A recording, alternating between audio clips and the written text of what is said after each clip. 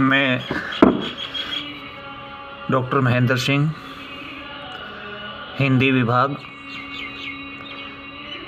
BLJS college Tosham, Bhiwani, Haryana. काव्य क्या है? काव्य एक पद्यात्मक एवं छंदबद्ध रचना है जिसका साहित्य आनंद सृजन करता है। इनकी जिसका उद्देश्य सौंदर्य की अनुभूति द्वारा आनंद की प्राप्ति करना होता है।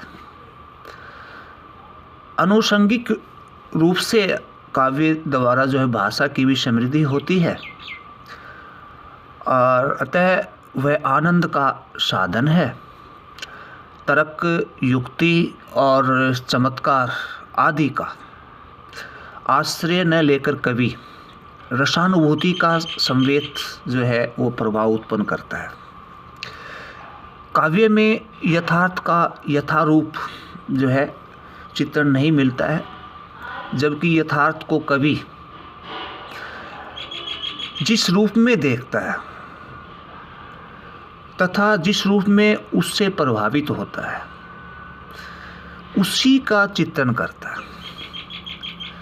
वह उसी प्रभाव को दिखाने के लिए अतिशयोक्ति का सहारा भी लेता है, लेकिन अतः काव्य में अतिशयोक्ति भी दोष न होकर कर अलंकार बन जाती है।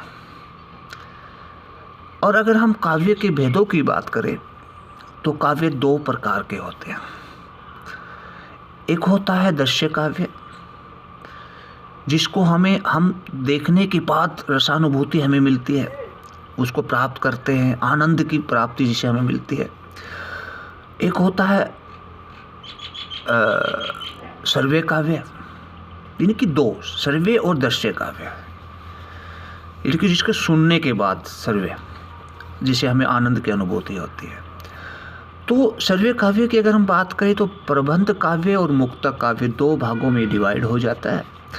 प्रबंध काव्य में हम महाकाव्य, खंड काव्य, गीति काव्य, और मुक्तक काव्य में पाठ्य मुक्तक की बात आती है, गेय मुक्तक की बात आती है।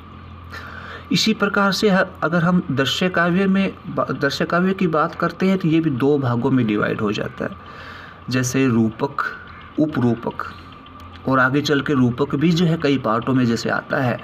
तो हम चाहे नाटक की बात करें, प्रकरण की बात करें, भाषा, प्रहसन और डीम और व्यायोग की बात करें, संवाकार की बात करें, वीथी, अंक और इहामृग की बात करें, तो उसी प्रकार से आगे चल कर के हम उपरूपक का जो पार्ट है उसकी बात करते हैं। तो उपरूपक भी गद्य, पद्य और चंपू तीन पार्टों में डिवाइड हो जाता है। तो अतः मतलब काव्य अपने आप में एक पद्यात्मक और छंदबद्ध रचना होती है जो हमें आनंद की अनुभूति करवाता है। Thank you.